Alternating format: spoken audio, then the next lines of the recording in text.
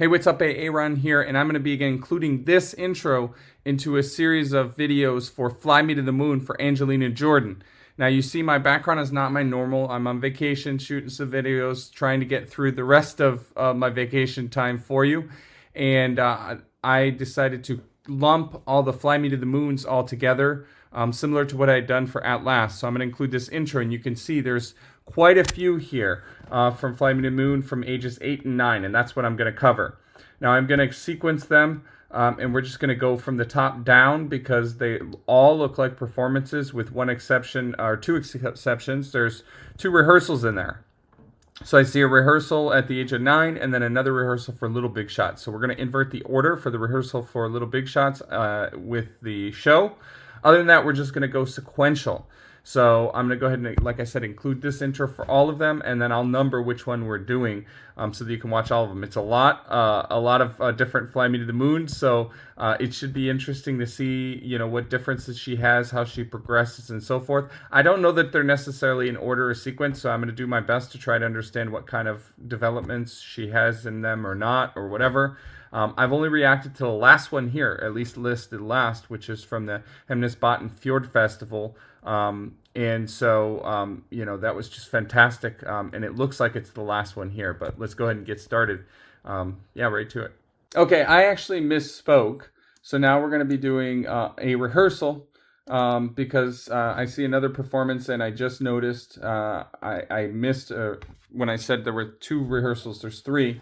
So I don't know if this rehearsal occurs before either the 2 previous performances we saw with the video from Mary or the corporate event. But I figured since I noticed it now, let's go ahead and do it. I don't know exactly where it lies, but let's get right to it. It shows 2014, so I think she is, 8 at this time, depending on when. Fly me to the moon and let me play among the stars. Whoa. Okay, so now we see a very different tone here. So I don't know if I paid attention to her teeth. I know the teeth can be somewhat telling in terms of where and when the is, but I'm not going to go bouncing back and forth and try to figure out, based on visible evidence. But this tone is very different, right from the get-go. Fly me to the moon and let me play among the stars. And the way she's enunciating is so okay. So it's a rehearsal, so maybe she's experimenting, but it definitely takes on a different tone. I mean, I'm starting to get some different vibes here. I am almost hearing some Sarah Vaughan in there. There was a version of Amy Winehouse. I'm trying to wonder if she's kind of emulating that. That was not the best recording, though. I don't know. Let's continue. Fly me to the moon and let me play among the stars. Let me see what spring is like on Jupiter and Mars.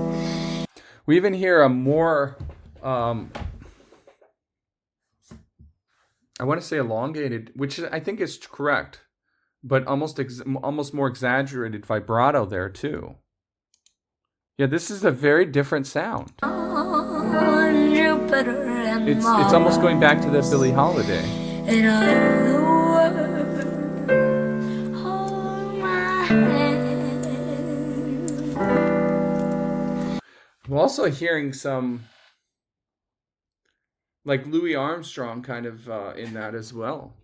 Like she's pulling multiple sources here. I feel like she's probably just experimenting. It's a rehearsal.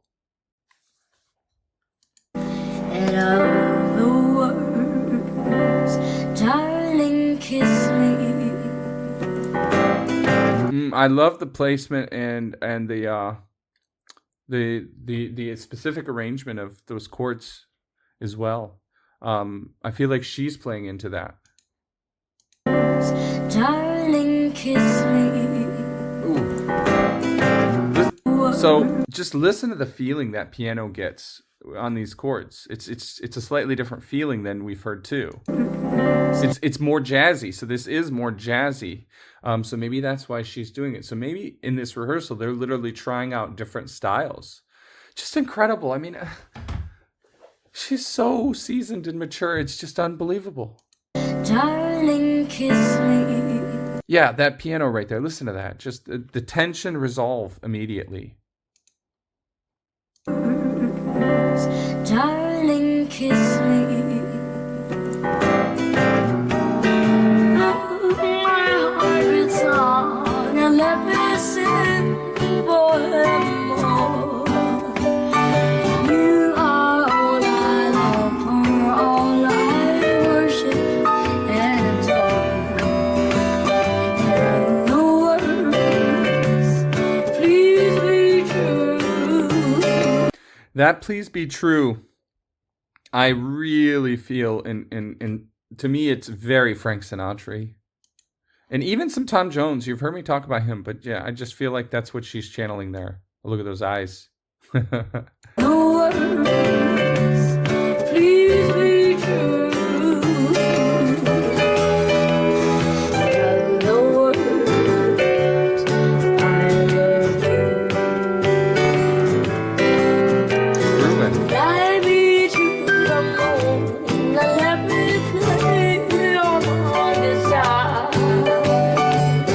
Let me see what spring is like on Jupiter and Mars. And the words on my head. A slight a little bit of swing there on hand, right? She's slightly behind the beat. And I don't know if it's a choice here. It almost, I know you guys hate me for picking, but I'm trying to just be as honest as possible. I almost feel like she was a little bit out of breath there. Maybe it's a choice. On my head. I heard it slightly different the second time. I think I might just say ignore what I said the first time because I think I heard it slightly differently the second time. On my head. Okay, so it's the onset is on time, and then she delays sustaining it. That's a neat technique. So it was a choice. It was a choice. I like that. On my head. Okay. And the words, darling, kiss me. Fill my heart with song and let me sing forevermore. You are all I long for, all I worship and adore. And the words, please be true. And the words,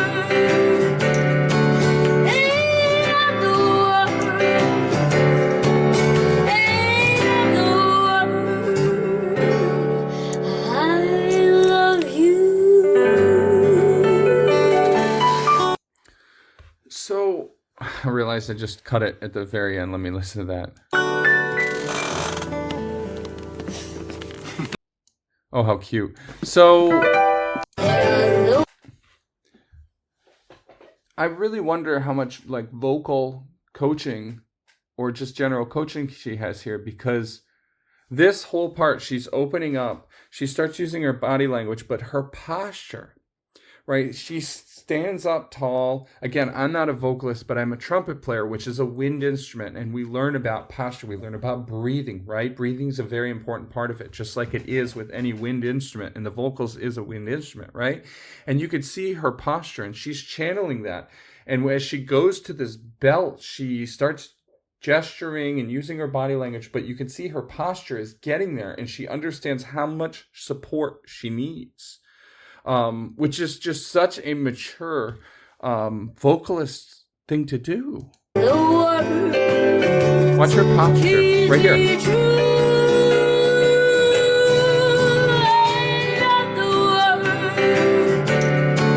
another word. Swinging a little bit on that.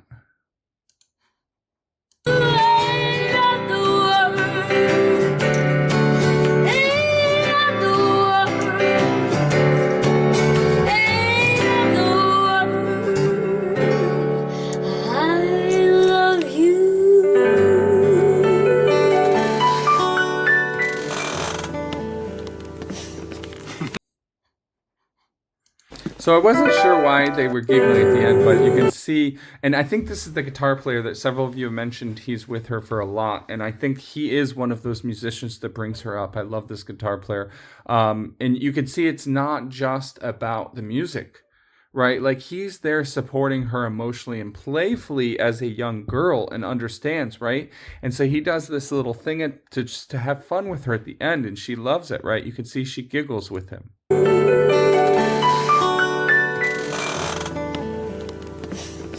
And looks at him. Yeah, amazing.